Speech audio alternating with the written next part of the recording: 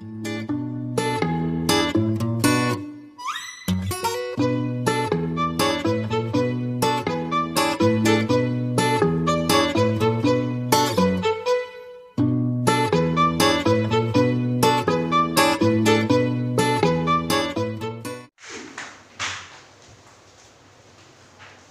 बच्चों, आज हम क्लास 10th का केमिस्ट्री का first chapter chemical reaction and equation समझेंगे। ठीक है, तो केमिकल रिएक्शन एंड इक्वेशन, तो केमिकल रिएक्शन या केमिकल चेंज को समझने से पहले हम ये समझ लेते हैं कि कितने टाइप्स के चेंजेस होते हैं।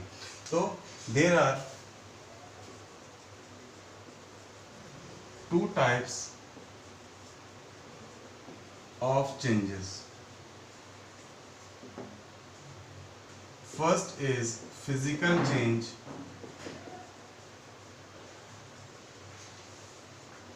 and second is chemical change.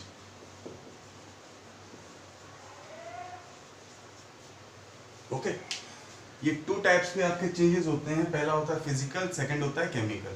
तो फिजिकल चेंज में क्या होता है, जनरली उसकी फिजिकल प्रॉपर्टीज चेंज होना, ठीक है ना, उसकी स्टेट चेंज होना। स्टेट जैसे for example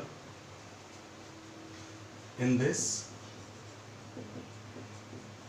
state is change.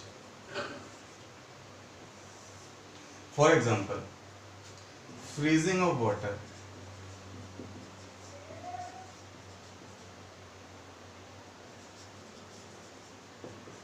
to make ice. पानी को जमा दिया आपने फ्रिज में रखकर, फ्रीजर में रखकर आपने उसको जमा दिया, क्या कर दिया, फ्रीज कर दिया, तो उससे आपको क्या मिलेगी, आइस, बर्फ मिलेगी।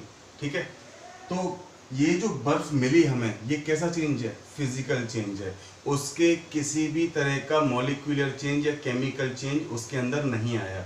दूसरी प्रॉपर्टी इसी की कि ये जो चेंज होता है ये कैसा होता है, रिवर्सिबल होता है। रिवर्सिबल मतलब जब आपकी आइस क्यूब बन गए, यानी कि आइस जम गई, तो उसके बाद में अगर आप उसको रूम टेम्परेचर पर रख देंगे तो वापस से वो क्या हो जाएगा, वाटर में कन्वर्ट हो जाएगा। ओके, तो इसमें क्या हो रहा है, स्टेट चेंज। वाटर कैसा था, लिक्विड, आइस कैसी है, सॉलिड, तो क्या हुआ, स्टेट में चेंज हो गया, लिक्विड से सॉलिड में। ऐसे ही बॉइलिंग ऑफ वाटर, पानी को क्या किया, गर्म कर दिया, बॉईल कर दिया। बॉईल करने से क्या मिलेगा आपको, वाटर वेपर्स। ठीक है, वाटर वेपर्स क्या है, गैसियस फॉर्म होती है।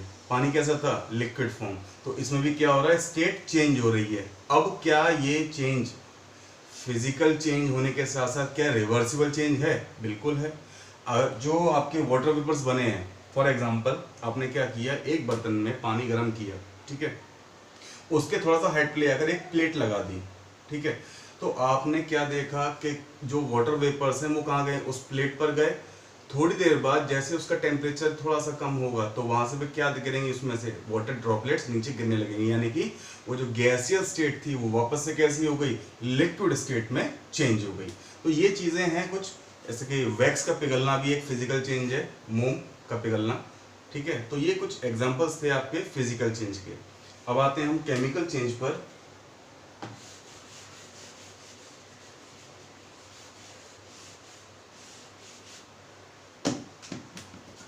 केमिकल चेंज में क्या होता है, केमिकल चेंज में जो चेंज होता है वो in physical as well as chemical properties.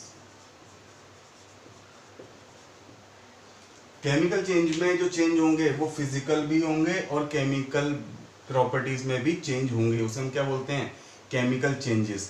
इसी को हम, ये चेंजेस जो होते हैं इसी को हम केमिकल रिएक्शन भी बोलते हैं। अब ये चेंज कैसे होंगे, मान लो एक एग्जांपल लिया हमने, 2 हाइड्रोजन के मॉलिक्यूल लिए, सॉरी 2 हाइड्रोजन के मॉलिक्यूल लिए 2s2 और एक मॉलिक्यूल ले लिया ऑक्सीजन का। ठीक है, इन दोनों को जब मिलाया तो हमें क्या मिल गया, twice of H2O, twice of H2O, यानी कि 2 मॉलिक्यूल किसके मिल गए, वाटर के। अब जरा देखो, ये क्या थी हमारी H2 गैस, O2 हमारी क्या थी, ये भी गैस थी, लेकिन ये हमारा क्या है, water, liquid form. Physical change इसमें हुआ, ठीक है, गैस से लिक्विड बन गया। सेकंड, ये हमारे क्या थे, अलग अलग कंस्टिट्यूएंट पार्ट्स थे, किसके, गैसेस के, कौन से, हाइड्रोजन और ऑक्सीजन। उससे हमें क्या मिला, ट्वाइस ऑफ H2O, ठीक है ना, 2 मॉलिक्यूल किसके मिले हैं, वाटर के। तो क्या इसमें केमिकल प्रॉपर्टी में चेंज हुआ है, बिल्कुल हुआ है, क्योंकि केमिकल चेंज, जो केमिकल चेंज होता है वो कैसा होता है, परमानेंट चेंज। कैसा होता है, परमानेंट। हम वापस से इसको ब्रेक करके इसको नहीं ला सकते, ठीक है। तो ये क्या है आपका chemical change.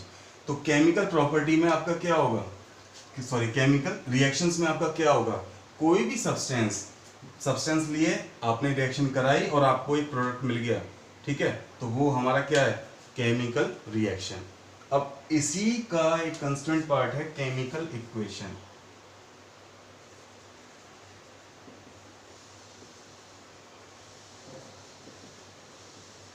Chemical equation, chemical equation क्या है, देखो केमिकल रिएक्शन में हमने क्या समझा कि वो केमिकल चेंज के बारे में बताता है।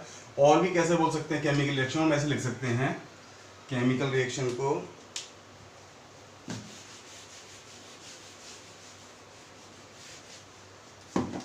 जैसे hydrogen plus oxygen it gives water. हम इस तरीके से भी केमिकल रिएक्शन को सॉल्व कर सकते हैं कि भाई हमने हाइड्रोजन लिया, ऑक्सीजन लिया, इन दोनों को रिएक्ट कराया, हमें क्या मिल गया, वाटर। केमिकल इक्वेशन में हम क्या करते हैं, इन्हीं को सिंबॉलिक नोटेशन से डिनोट करते हैं। सिंबॉलिक नोटेशन मतलब इनकी जगह पर, इनके नाम की जगह पर इनके सिंबल्स का, जैसे हाइड्रोजन का सिंबल H2, ऑक्सीजन का symbol O2, it gives H2O। लेकिन ये पूरी नहीं रिएक्शन, ये अब पूरी हो गई, ठीक है। तो ये जो सिंबॉलिक नोटेशन होता है किसी भी सब्सटेंस का, किसी भी एटम का, उससे डिनोट करना किसी केमिकल रिएक्शन को is called chemical equation, okay. अब chemical equation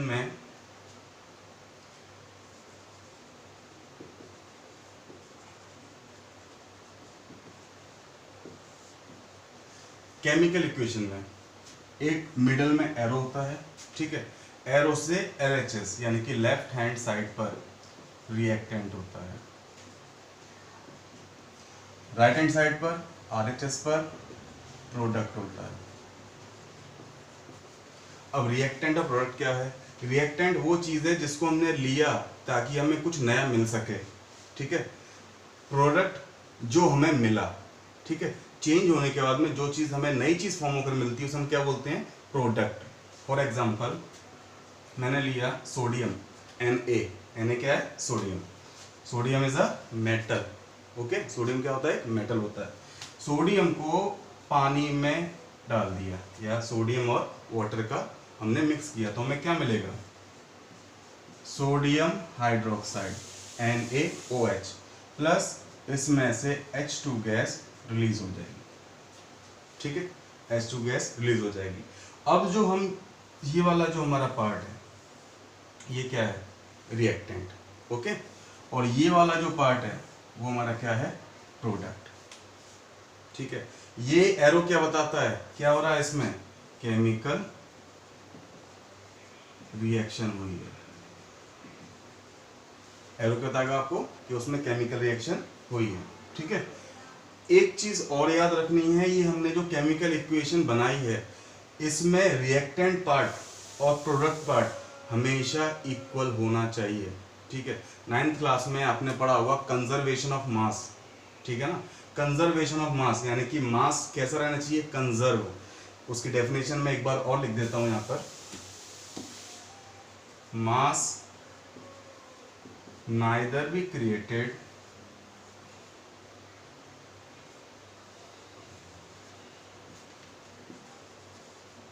nor be destroyed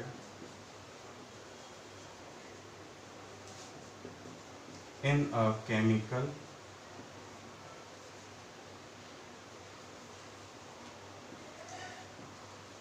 reaction. किसी भी केमिकल रिएक्शन में ना तो मास बनेगा और ना ही मास खत्म होगा, ठीक है, जितना है उतना ही रहेगा। उसे हम क्या बोलते हैं, law of conservation of mass. ये आपने 9th क्लास में पढ़ा होगा। तो अब जरा यहाँ चेक कीजिए, देखिए Na कितने हैं यहाँ पर 1, यहाँ भी कितना है 1। हाइड्रोजन कितने हैं 2, इधर कितने हैं 1 और 2 3, यहाँ गड़बड़ हो गया। O O equal. तो हमें अभी इसको क्या करना पड़ेगा, बैलेंस भी करना पड़ेगा। तो बैलेंस करने के लिए देखो हमें क्या करना है, यहाँ पे हमारे 3 हैं, ठीक है। अगर मैं यहाँ पर 2 लगा दूं तो मेरे हाइड्रोजन कितने हो गए 4, यहाँ पर जैसे चेक करना कितने 3, अगर मैंने यहाँ 2 लगा दिया तो ये कितना हो गया 2 और 2 4, तो इसका मतलब मुझे यहाँ पर भी लगाना पड़ेगा। अब ज़रा चेक कर लेते हैं, 2 Na है, 2 Na है, H4 है, 2 और 2 4 है, O2 है और O भी 2 है। एक बात याद रखना कि अगर हम किसी भी सिंबल से पहले, किसी भी एटम के सिंबल से पहले अगर हम कोई वैल्यू रखते हैं तो उसका जो मल्टीप्लाई होगा वो हर एक के लिए होगा, यानी कि वो हर एक की वैल्यू बता देगा। अगर 2 होगा तो डबल, 3 होगा तो ट्रिपल। जैसे H2 कितना है 2, 2 2 ज़ा 4, तो H टोटल कितने हैं यहाँ पर 4। ऑक्सीजन कितना है 1 इंटू 2 2, यानी कि ऑक्सीजन कितने हैं 2।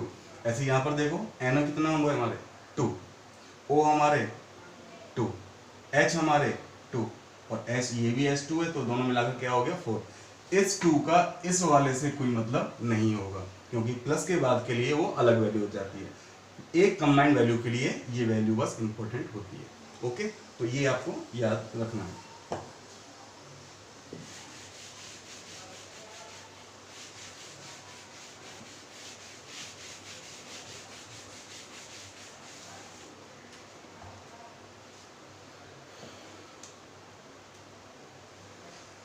Some observations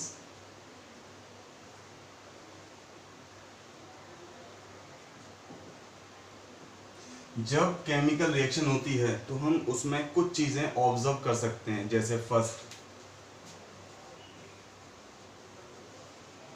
change in colour. Colour में क्या हो जाएगा चेंज, जो रिएक्टेंट पार्ट है और जो प्रोडक्ट पार्ट है उन दोनों कलर में क्या आएगा चेंज आएगा। Second, change in temperature.